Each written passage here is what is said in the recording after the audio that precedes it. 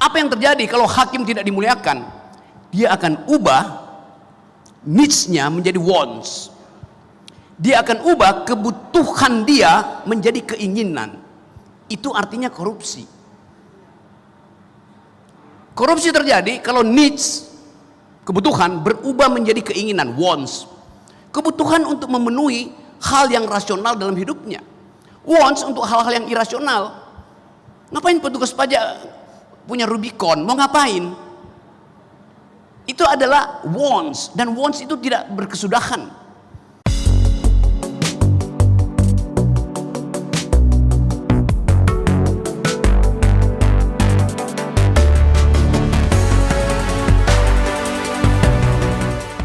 Nah, sekarang yang terakhir dari Dr.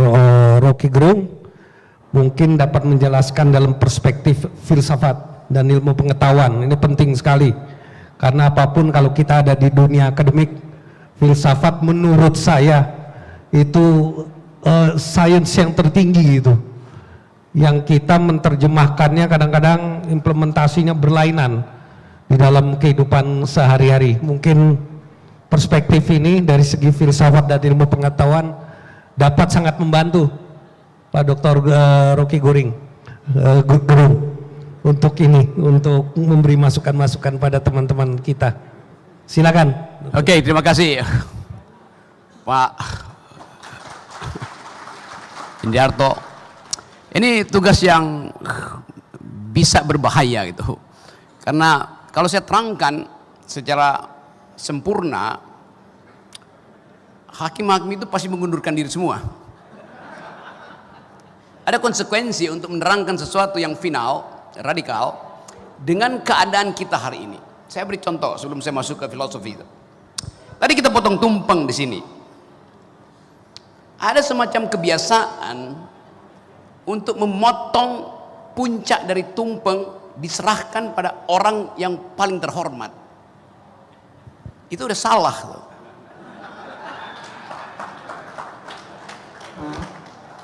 Puncak dari tumpeng itulah integritas, tempat rumah Tuhan.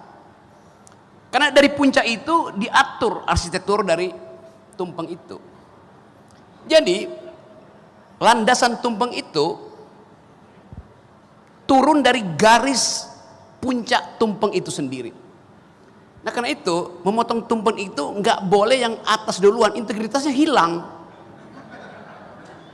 Mesti dari bawah perlahan-lahan.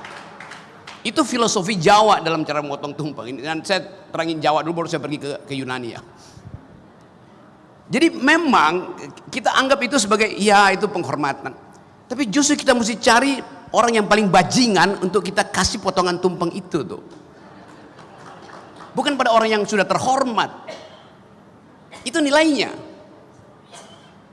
Itu terkait dengan, saya sekarang pergi pada Yunani, kata yang kita bicarakan tadi, yaitu keutamaan, keunggulan. Dalam bahasa Latin, dalam bahasa Greek, Yunani artinya Greek, namanya arete. Arete artinya keutamaan, keunggulan itu. Dari kata arete itu datang kata aristokrat, artinya kemuliaan, orang yang mulia, terhormat. Dari kata arete itu datang kata adaromai, artinya berdoa. Jadi kata keunggulan itu tidak dimaksudkan untuk menilai orang, tetapi untuk memungkinkan dia bertanggung jawab terhadap dirinya sendiri. Itu poinnya tadi itu. Jadi kalau Anda maling, lakukan kemalingan itu dengan bertanggung jawab. Kalau Anda koruptor, korupsi aja. Karena itu keunggulan Anda. Yes, saya serius terangin itu. Yang tidak mulia kalau seorang koruptor minta hukumannya diringankan, itu tidak mulia. Kalau seorang maling itu minta hukumannya nyogok jaksa, itu tidak mulia. Di dalam pikiran orang Yunani, tidak semua orang adalah orang baik. Yang berbahaya kalau orang baik berbohong. Yang berbahaya kalau orang jahat jadi munafik. Jadi saya mau anjurkan, biarkan aja seseorang yang jadi koruptor. Oke, Anda koruptor, Anda tanggung jawab dengan perbuatan Anda adalah arete, Anda mulia itu. Tapi kalau koruptor minta partainya membela dia, itu artinya koruptor yang buruk, koruptor yang dungu namanya tuh.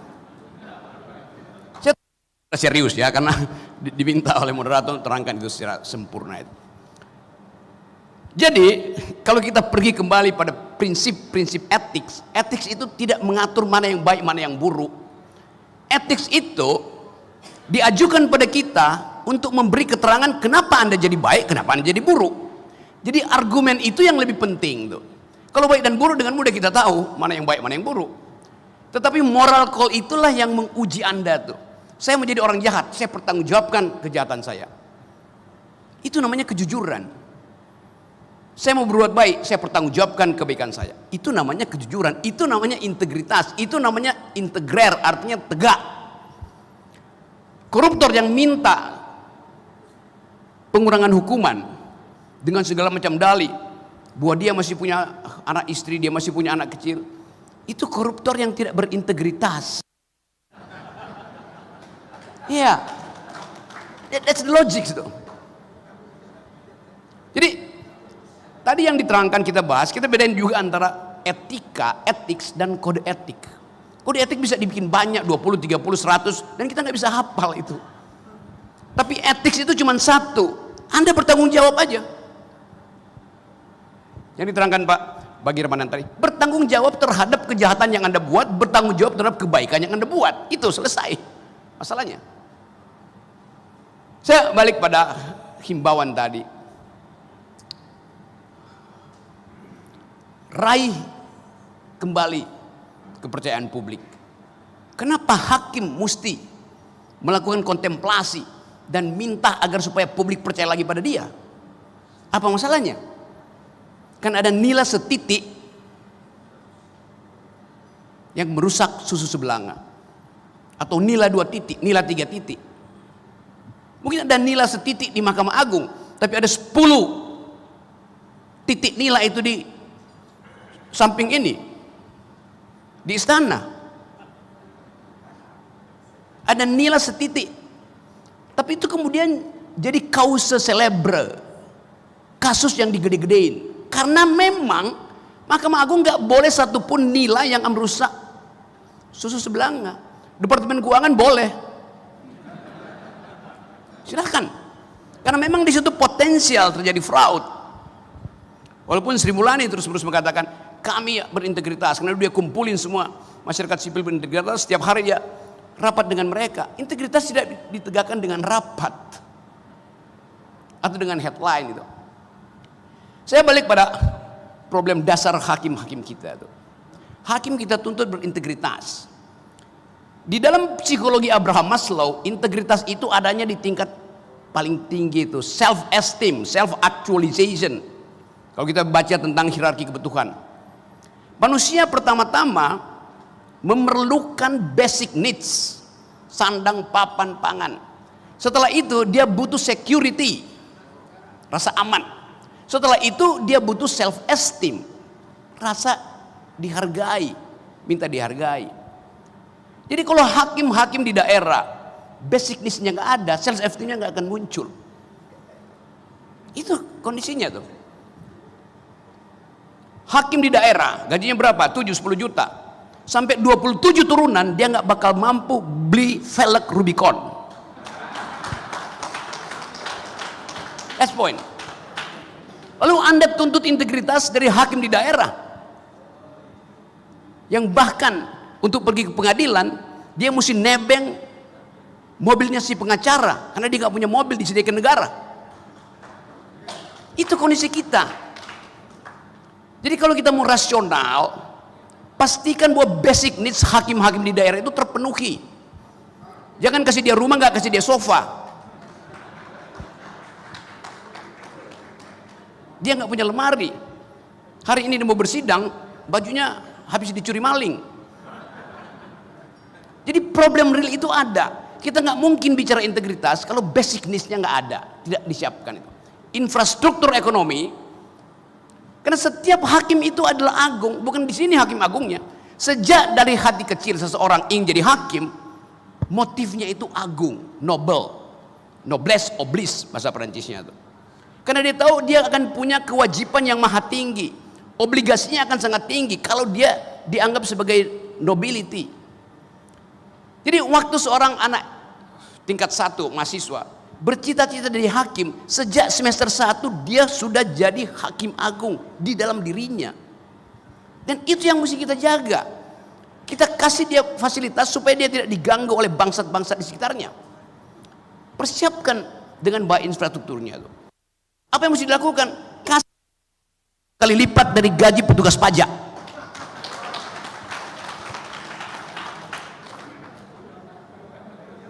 Saya serius ucapin itu. 30 kali lipat. Karena hakim memproduksi keadilan, petugas pajak merampok keadilan. Silakan quote. Saya mau balik ke situ prinsip kita tuh. Sekarang kita lihat kenapa hakim tergoda dengan keadaan yang kita sebut hedonisme tadi itu. Kan dia merasa rendah diri di kalangan aristokrat daerah tuh. Kalau ada pertemuan semacam ini, hakimnya duduk di belakang, yang di depan anggota DPR, bupati, polisi segala macam, yang maling semua di situ. Coba, keagungannya di mana hakim itu? Mulailah bikin semacam SOP, hakim harus duduk di depan, karena kemuliaan ada pada dia tuh. Kan kita lihat kan, hakim nggak pernah diminta untuk kasih apa namanya kata pengantar untuk perkawinan lah, pembukaan bagi-bagi BLT segala macam tuh. Tapi hakimnya datang, minder dia di belakang. Padahal di dunia dari abad ke-100 sebelum Masehi, hakim itu ada Nobel, orang utama, aristokrat itu. Nah, kita mau ubah prinsip-prinsip itu supaya kita lega mengatakan bahwa ini negara hukum. Negara hukum artinya hakim dimuliakan dari sejak dia berpikir untuk jadi hakim. Apa yang terjadi kalau hakim tidak dimuliakan? Dia akan ubah needs-nya menjadi wants. Dia akan ubah kebutuhan dia menjadi keinginan. Itu artinya korupsi. Korupsi terjadi kalau needs, kebutuhan berubah menjadi keinginan, wants. Kebutuhan untuk memenuhi hal yang rasional dalam hidupnya. Wants untuk hal-hal yang irasional. Ngapain petugas pajak punya Rubicon? Mau ngapain? Itu adalah wants, dan wants itu tidak berkesudahan. Kenapa hakim terjebak di dalam paradigma itu? Karena dia melihat wants itu lebih penting dari needs. Dan itu yang kita ingin ajarkan. Saya ingin supaya Mahkamah Agung itu mengatur sendiri gaji hakim yang gak usah ditentukan Departemen Keuangan. Iya. Kenapa Menteri Keuangan bisa tentukan sendiri gaji pegawainya yang di 3-5 kali lipatkan dari ASN yang lain? Kenapa Mahkamah Agung enggak? Jadi sekali lagi teman-teman, saya ingin agar supaya pertemuan hari ini, hari ulang tahun IKAHI, kita ulangi janji kita bahwa kita dari awal sudah adil. KPK aja yang nggak ngerti keadilan. Nih ada pengawasnya. Anda lihat di atas gedung KPK apa tulisannya itu? Jujur itu hebat. Lo itu menghina hakim. Kenapa disebut hebat? Memang jujur itu dasar saya mau jadi hakim. Nggak usah disebut hebat. Saking kehilangan narasi, kita mesti bikin dalil-dalil ajaib semacam itu. Saya dosen, saya terhina kalau disebut jujur itu adil, jujur itu hebat. Dari awal saya jujur. Kalau masih saya bodoh, saya kasih nilai bodoh. Kalau pintar, saya kasih nilai pintar. Tapi yang terjadi, orang yang paling bodoh di kelas saya bisa jadi pimpinan BUMN. Ngaco kan jadinya. Jadi sekali lagi teman-teman, selamat memuliakan kembali status kita sebagai hakim. Dan saya ingin tuntut satu waktu nanti bahwa dari dalam gedung ini orang lihat bahwa keadilan akhirnya bersemai kembali. Terima kasih. Jadi siapa yang mau lebih dahulu, ini masalah apa integritas, keraguan dari integritas. Kalau memberikan persyaratan integritas dari hakim, katanya ini mungkin yang terhitung hanya 10 dari sekian ribu hakim ini.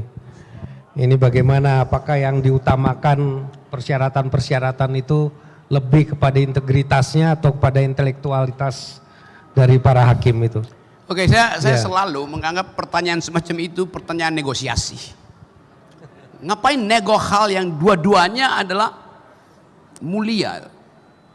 Tentu ada soal lokal di mana orang oke dia nggak terlalu pintar tapi jujur itu, atau sebaliknya tuh.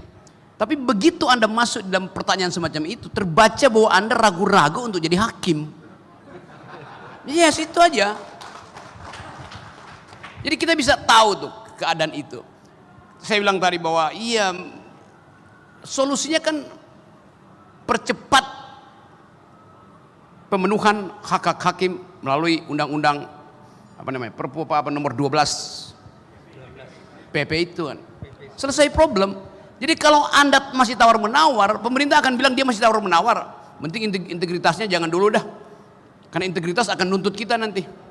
Hakim dibikin miskin supaya mudah diatur, itu masalahnya. Jadi jangan main-main di dalam wilayah itu tuh. Katakan aja bahwa kami menuntut intelektualitas kami, integritas kami dinaikkan. Basisnya adalah naikkan gaji kami, karena itu hak kami untuk memuliakan keputusan. Dasarnya itu, jangan nego dengan kekuasaan. Bagaimana mungkin yudikatif nego dengan eksekutif? Itu dipermainkan nanti Anda. Itu hilangkan pikiran semacam. Yang kedua, soal optimis atau pesimis. Saya kasih kualifikasi dulu ya. Problemnya bukan optimis atau pesimis. Itu kan sikap moral kita, mau pesimis atau optimis. Bisa dalam 2 detik hakim yang optimis jadi pesimis. Karena tiba-tiba ditelepon oleh atasannya, atau sebaliknya. Hakim yang tadi pesimis tiba-tiba optimis. Karena atasannya betul-betul optimis juga tuh. Ini cuma soal 2-3 menit. Tetapi seseorang menjadi pesimis atau optimis karena kalkulasi rasional. Ada orang yang pesimis karena alasan rasional. Ada yang optimis tapi optimismenya irasional. Saya optimis bahwa Indonesia akan terbang, ekonomi segala macam akan maju, makmur segala macam tuh, ekonomi akan tumbuh 20% segala macam. Itu optimis yang irasional. Jadi bagian-bagian itu kita hilangkan. Keraguan-raguan itu jangan diucapkan. Ada pepatah mengatakan, the darkest hours is that before the dawn. Saat paling gelap adalah sebelum fajar tiba tuh. Fajarnya udah ada sekarang nih. Jadi percaya aja bahwa semua sikap kita hari ini, kalau kita maksimalkan, fajarnya lebih cepat tiba. Jadi jangan kasih sinyal optimis atau pesimis, jangan kasih sinyal integritas atau intelektual. Katakan bahwa itu ability. Dan tanpa hakim, negara, tanpa presiden negara masih bisa jalan. Tapi tanpa hakim, keadilan tidak mungkin diberi secara sempurna. Jadi sekali lagi saya ingin supaya menyebut kata hakim, sebut seseorang yang di dalam kapasitas tertentu dimuliakan oleh rakyat. Terima kasih, Dr. Rocky.